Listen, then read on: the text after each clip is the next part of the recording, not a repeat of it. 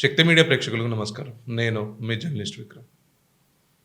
Friends, ఇయాల Telugu cinema ఇండస్ట్రీకి ఒక బ్యాడ్ డే అనేసి మనం చెప్పుకోవచ్చు. విలక్షణ నటుడు కోట శ్రీనివాసరావు గారు ఈరోజు వారి ఆత్మ శాంతించాలనేసి మనసారా కోరుకుంటూ, వారి కుటుంబానికి ప్రగాఢ సానుభూతులు మరియు ఆ మహనీయుడికి ఘన నివాళులు. కోట శ్రీనివాసరావు గారి గురించి మనం వారి రాజకీయ ప్రస్థానం ఏంది, వాళ్ళ ఫిలిం ఇండస్ట్రీ ఎప్పటి నుంచి వచ్చారు, అండ్ వాడు వ్యక్తిగతంగా అసలు ఏమేం చెప్పారు ఈరోజు ఫిలిం ఇండస్ట్రీ పెద్దలు ఎవరైతే ఉన్నారో మరియు రాజకీయ ప్రముఖులు ఎవరెవరు వారికి సానుభూతులు పలికారో ఇప్పుడు మనం చూద్దాం.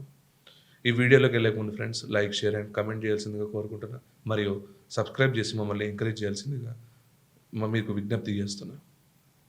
కోట శ్రీనివాసరావు గారు వచ్చేసరికి 1942 జూలై 10న ఆంధ్రప్రదేశ్లోని కృష్ణా జిల్లా కంకిపాడులో వారు జన్మించడం జరిగింది. వారి నాన్నగారు ఎవరైతే సీతారామ ఆంజనేయులు గారు ఉన్నారో వారు వచ్చేసరికి ఒక వైద్యులు.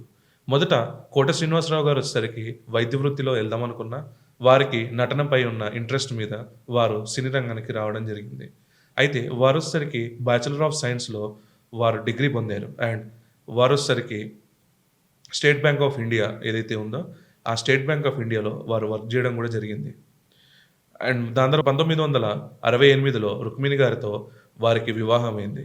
దాని తర్వాత వారికి 2 కుమార్తెలు మరియు ఒక కొడుకు. కుమారుడు దురదృష్టవశాత్తు కోట వెంకట ఆంజనేయ ప్రసాద్ గారు ఎవరైతే ఉన్నారో 2010లో రోడ్ యాక్సిడెంట్లో వారు చనిపోవడం కూడా జరిగింది. ఆయన తమ్ముడు ఎవరైతే కోట శంకర్రావు కూడా ఒక నటుడే.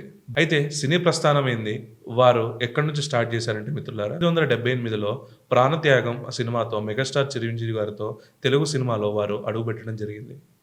దాని తర్వాత వరుసగా వారికి ఎలా ఆఫర్స్ వచ్చాయి కూడా మనం చూసాం ఫ్రెండ్స్. 700 పైగా సినిమాలు వాళ్ళు తెలుగు, తమిళ్ అండ్ కన్నడ అండ్ మలయాళం సినిమాలో పాటు హిందీ సినిమాస్లో కూడా వారు యాక్ట్ చేసి తన ప్రతిభ ఏందో వారికి అప్పుడులోనే పాన్ ఇండియా స్టార్గా వారు ఎదగడం కూడా జరిగింది. విలన్గా గాయం, శివ లాంటి సినిమాల్లో మనల్ని భయపెట్టినప్పటికీ, ఆహ్నా బెల్లంట, యమనీలలో మనల్ని నవ్వించినప్పటికీ, బొమ్మరిల్లు అండ్ ఆది లాంటి సినిమాల్లో మనల్ని సెంటిమెంట్గా ఆకట్టుకున్న ఆయన నటనలో ఒక ప్రత్యేక నిజాయితీని మనం చూసాం ఫ్రెండ్స్. తెలంగాణ స్లాంగ్లో కోట శ్రీనివాసరావు గారు డైలాగ్ డెలివరీ ఎలా చేస్తారో కూడా మనం చూసాం ఫ్రెండ్స్. ఎంత ఆకట్టుకుంది ఫ్రెండ్స్ అప్పుడులో 3 జనరేషన్స్ ఆఫ్ పీపుల్ని ఇప్పటి వరకు వారి తెలంగాణ స్లాంగ్ ఏదైతే ఉందో అందరినీ ఆకట్టుకుంది. వారికి ఒక ముఖ్యమైన స్నేహితుడు ఎవరంటే బాబుమోహన్ గారు. బాబుమోహన్ గారు వచ్చేసరికి వారితో 60 సినిమాల దాకా నటించారు.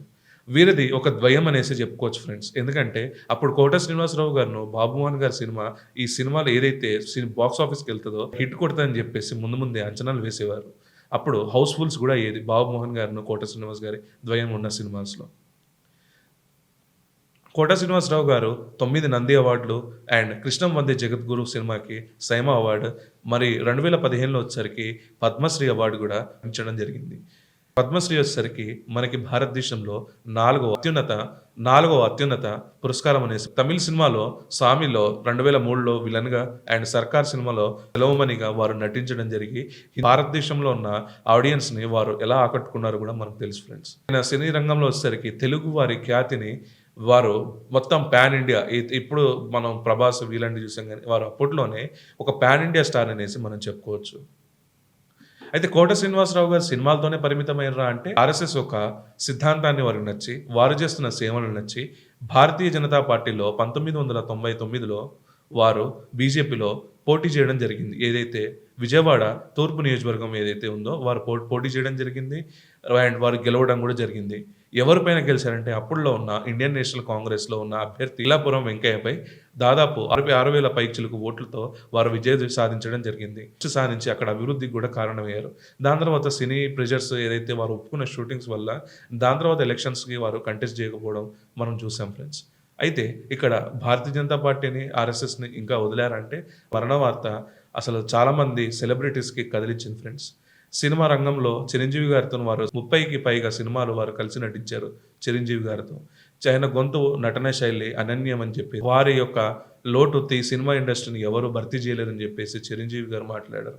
అండ్ ఎస్ఎస్ రాజమౌళి గారు ట్వీట్ చేస్తూ నట విశ్వరూపం అని చెప్పేసి ట్వీట్ చేయడం జరిగింది. సినీ రంగాల్లో చాలా మంది ప్రముఖులు అంతిమ సంస్కారాల్లో కూడా పాల్గొనడం జరిగింది. చంద్రబాబు నాయుడు గారు, రేవంత్ రెడ్డి గారు, కేంద్ర హోంశాఖ మంత్రులు అమిత్ షా గారు and so many of leaders, చాలామంది రాజకీయ ప్రముఖులు కూడా వారికి ట్విట్టర్ వేదికగా నివాళులు అర్పించడం జరిగింది.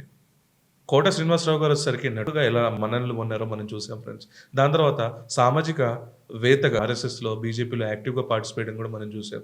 దాని ద్వారా వారి వ్యక్తిత్వం ఎలా వారు ఎలా డిసైడ్ చేశారో కూడా మనం చూసాం. అయితే 2010లో ఏదైతే కుమారుడు మరణించడం తర్వాత కోట శ్రీనివాసరావు గారు వారి మెంటల్‌గా కొంచెం డిస్టర్బ్ అయ్యారనేసి విషయం మనకు తెలిసిందే. సినిమాలో ఆ బాధని వారు వ్యక్తపరచకుండా ఎలా సినిమాలో నటించడం కూడా మనం చూసాం. సో, మనం రీసెంట్‌గా లాస్ట్ మూవీ వచ్చేసరికి వారిది 'కబ్జా' మూవీ. 'కబ్జా' మూవీ వచ్చేసరికి లాస్ట్ మూవీ అని చెప్పేసి కూడా మనం అనుకోవచ్చు ఫ్రెండ్స్.